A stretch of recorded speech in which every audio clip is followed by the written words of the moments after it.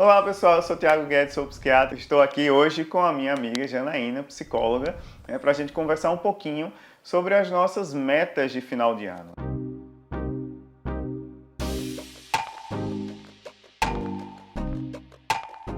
Quem não tem as suas metas, eu particularmente nunca faço e eu não me frustro por não ter cumprido, porque eu nunca faço, né? Mas para quem gosta de metas, né, estaremos aqui falando exatamente como cumprir as metas, por que a gente não cumpre metas. E aí, Janaína? Uma das coisas que a gente precisa entender é que há um padrão de comportamento e é por isso que é tão difícil não cumprir metas. Então vamos pensar que a pessoa passou 30 anos fazendo aquilo de um jeito, né? E aí quando é no final do ano, magicamente ela faz uma promessa que a partir do dia 1º de janeiro ela vai ou fazer exercício físico, ou vai fazer uma dieta, ou vai fazer qualquer tipo de mudança. Mas isso é muito difícil cumprir. Por quê? Porque isso era um hábito que ela tinha, uma rotina. E existe algo que a gente chama viés cognitivo de confirmação, que a minha cabeça ela se encarrega de fazer para que eu me sinta confortável.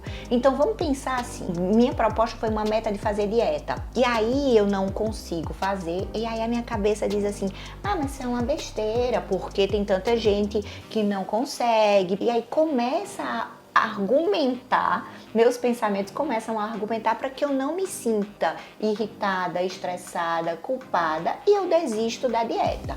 Então, uma das coisas que a gente entendeu é que não é fácil, porque não é só uma mudança de comportamento, sabe, Thiago? A mudança, ela vem com a mudança de comportamento, a mudança de pensamento e também as emoções, né? Quando eu faço a proposta da meta da dieta, eu vou perder a curto prazo, porque nós somos hedonistas, nós queremos prazer, eu vou perder a curto prazo o meu prazer, aquela sensação boa do brigadeiro, do chocolate, da massa, seja lá do que for. E isso vai fazer com que eu não queira mudar ou quebrar esse ciclo. Então a gente não muda só de comportamento, a gente muda de 3 estruturas: comportamento, pensamento e emoção. Por isso que é tão difícil. Uma das formas de a gente conseguir, Janaína, seria trocar esse tipo de prazer por um outro prazer? Uma das coisas que a gente pode pensar, Thiago, é que precisa ter coragem para mudar, estratégia, que é o que você está me trazendo, né? E flexibilidade. Por quê? Porque ao longo desse processo de mudança, muito provavelmente a pessoa pode falhar. E se eu sou rígida ou inflexível, o que é que eu vou fazer? Abandonar. Não quero mais. Não deu certo, não funcionou, eu me frustrei e eu não quero mais. Então, quando você disse, a gente pode trocar de prazer, pode tentar, é uma estratégia. Então, o que é que eu posso fazer? Eu troco esse prazer por alguma coisa que eu possa gostar muito. E aí eu vou ter que descobrir o que é. Pode ser uma dança, um esporte como o CrossFit, que hoje a gente vê aí todo mundo fazendo, e que parece que tem uma sensação muito boa de dopamina. Então, a gente precisa descobrir algumas questões que possam me trazer um prazer. Então, estratégia. Então, a melhor forma, na verdade, é pensar em como realizar essas promessas. Sim. É estabelecer um plano de ação, como a gente trabalha com terapia cognitiva comportamental, né? Então, o plano de ação é entender o que eu quero mudar, saber que pode ser que aconteça algum tipo de problema durante o processo, arrumar estratégias para solucionar esses problemas e acompanhar. Então, não pode ser assim, eu vou mudar e vai funcionar a partir do dia 1º de janeiro, tem uma fadinha mágica, ou Papai Noel, né? Que vai trazer as mudanças. E colocar uma meta de data também é importante, né? Isso, acompanhar, então, né? Assim, então até 10 de fevereiro eu vou estar tentando fazer tal coisa pra gente ir mudando aos pouquinhos, né? Isso. Nossa cabeça, nosso cérebro, ele não pensa a longo prazo. Por quê? Porque, de fato, a gente não tem um longo prazo. Eu não sei se eu estarei viva amanhã. Então, o que é que ele quer? Ele quer que eu tenha prazer hoje. Se a gente fizer metas diárias, por hoje eu vou cumprir a minha meta. Por hoje eu vou fazer o meu exercício físico. Por hoje eu vou me alimentar melhor. Então, a sensação é que não é muito longe. E aí eu posso me compensar de vez em quando fazendo uma ou outra coisa que eu possa gostar. Mas sim, é importante a gente estabelecer datas. Janaína, e como lidar com essas frustrações, assim, de não conseguir na verdade. Isso tem a ver com o que a gente estava pensando em relação à flexibilidade.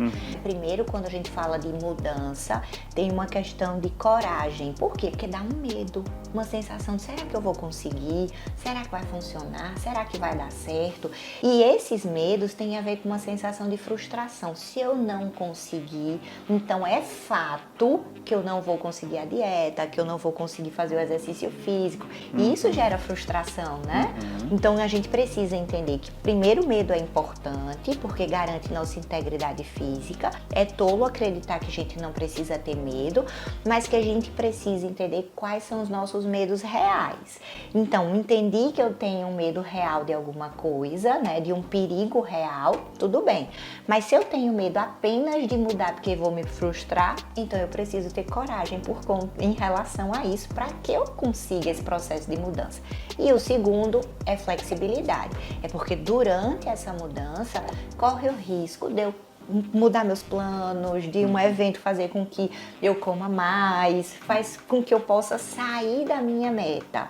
E se eu for rígida, eu não vou querer, eu não vou acreditar que eu consigo voltar. Então, o processo, ele tem progressos e tem regressos. A terapia, ela não é linear, sabe, Tiago? A gente dá uns 5 passos para frente, uns 2 passinhos para trás, uns 10 para frente, às vezes uns 6 para trás. A gente vai organizando, porque como a gente viu, não é uma mudança simples, como 21 dias para mudar a sua vida, 10 dias para fazer. Isso não existe, tá certo? A gente precisa entender que há uma construção durante toda a nossa vida e essa construção foi cristalizada, então isso é rígido, é uma crença e a gente vai mexer em tudo isso que a gente entendeu que era verdadeiro. E essa rigidez, ela é importante, né? Porque muitas vezes é ela que faz com que as pessoas desistam, né? Então, se eu consigo fazer uma dieta em determinado dia, eu não faço mais, para mim nada funcionou mais, então já não adianta mais, eu não consigo mais.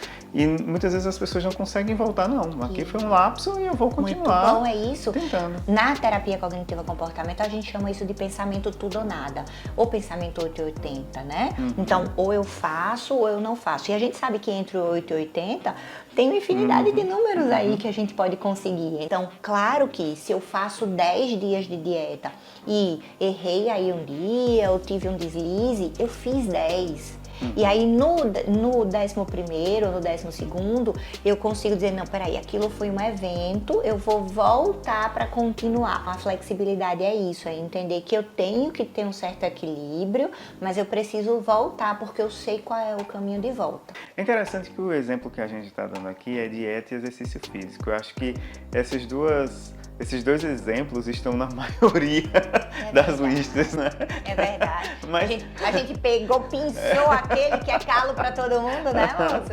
Exato. Mas dentro dessas mesmas dicas aqui estão outros, né? Os aprendizados, por exemplo, uma língua nova, né? Ou então uma melhora num relacionamento, uma pessoa que quer ser um pouco mais paciente, um pouco mais tolerante, que precisa também trabalhar um pouquinho essas características dela, né? Então, tudo isso é algo que vai precisar ser realmente trabalhado e vai ter um regresso e um avanço, um regresso. E quando você traz isso, é tão importante falar dos novos relacionamentos e do formato que o relacionamento ele passou a ter depois da rede social, né?